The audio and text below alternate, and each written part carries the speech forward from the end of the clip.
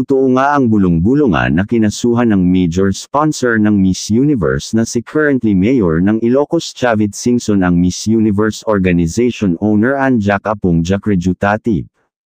Ngayong araw nga ay pinadalhan na ng subpoena mula sa Korte ng Pilipinas patungong Thailand para formal na ihain ang kasong kinasasangkutan ni Ann. Kamakailan lang nang umugang ang balita tungkol sa kaso na isinampa ni Chavit Singson patungkol sa mga anomalya na nagaganap sa Miss Universe. Mula sa voting apps hanggang sa Coronation Night ay gustong paimbestigahan ni Chavit Singson si Ann Jacrejutatib.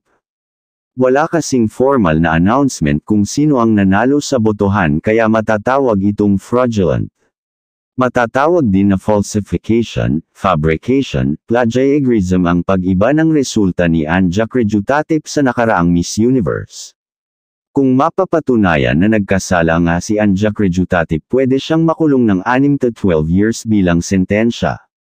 Samantala nanginginig na raw sa takot ngayon si Ann nang matanggap ang sulat subpoena mula sa ating bansa.